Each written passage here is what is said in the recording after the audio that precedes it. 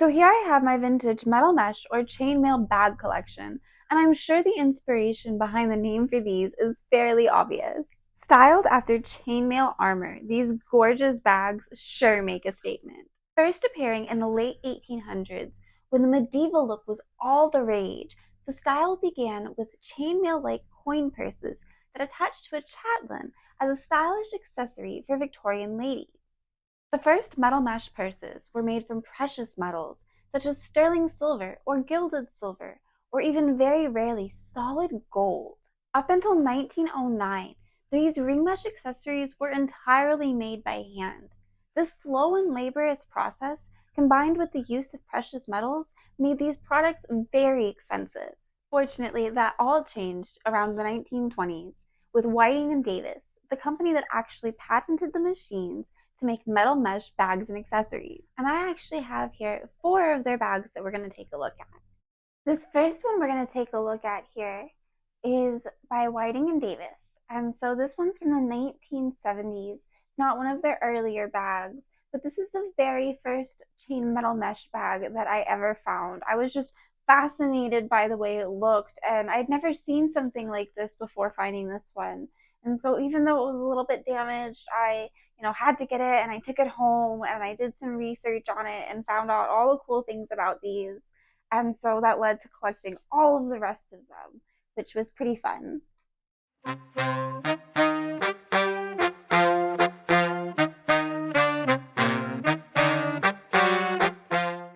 This next one here is also by Whiting and Davis, and it's also from the 1970s. However, you can tell this one is in much better condition. It's still got the original little tag here, and it's got a different kind of strap. And one of the things I found interesting about this one was the teeny tiny little links in this one. That was so cool, and the beautiful pastel rainbow it's got going on is so much fun.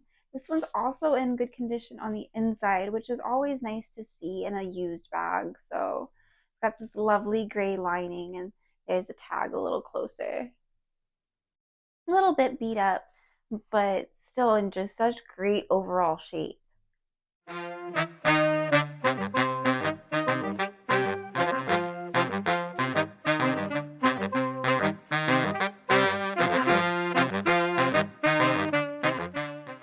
Here we have an older Whiting and Davis.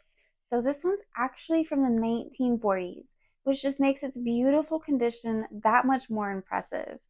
So this is an Art Deco evening bag, and I love its little kiss lock closure, as well as this awesome little texture it's got going on to the gold, but the inside is this smooth satin. It's really cute. The inside of this one is also in pretty good condition, especially considering its age, and it's still got the original little tag inside. Oop, there we go. So this one is just super classy, and I was really excited to find it considering its age and condition.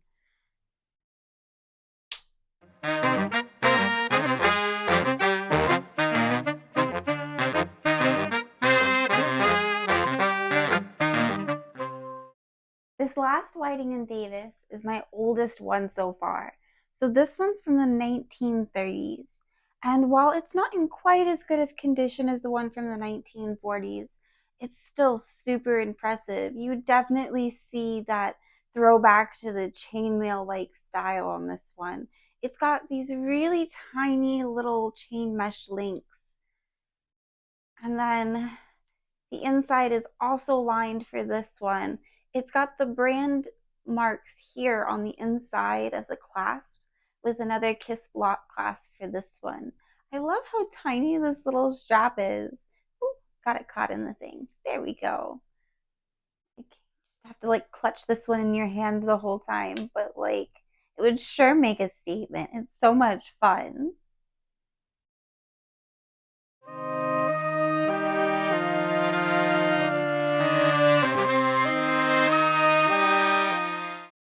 This one here was made sometime in the 70s or 80s by Regale Ltd.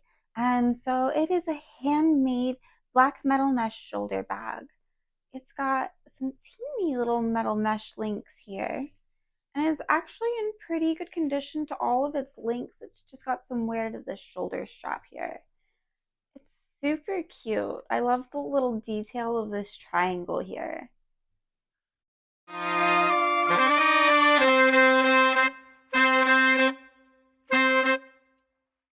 This metal mesh bag by ELKA from the 1970s is definitely a little bit different from the rest of them. I love these lucite tortoiseshell handles. So this one's got a little bit of damage on the other side. It's got a couple of the links missing, but I just felt like it was giving these epic businesswoman power vibes. And so I just had to grab it for my collection.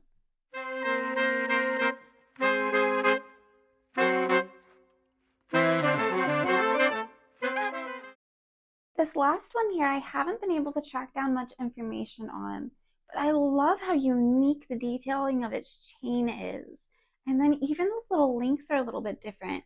They've got this rounded surface to them, and they're like round instead of these like almost like squares on their sides here. And so it was really unique. And then if it couldn't get any better, it's got this fun little strap here that's just like a slinky almost and its own unique little closure. It's in really good shape on the inside, but it's like completely unmarked. So that was a little frustrating, but it was too neat to pass up.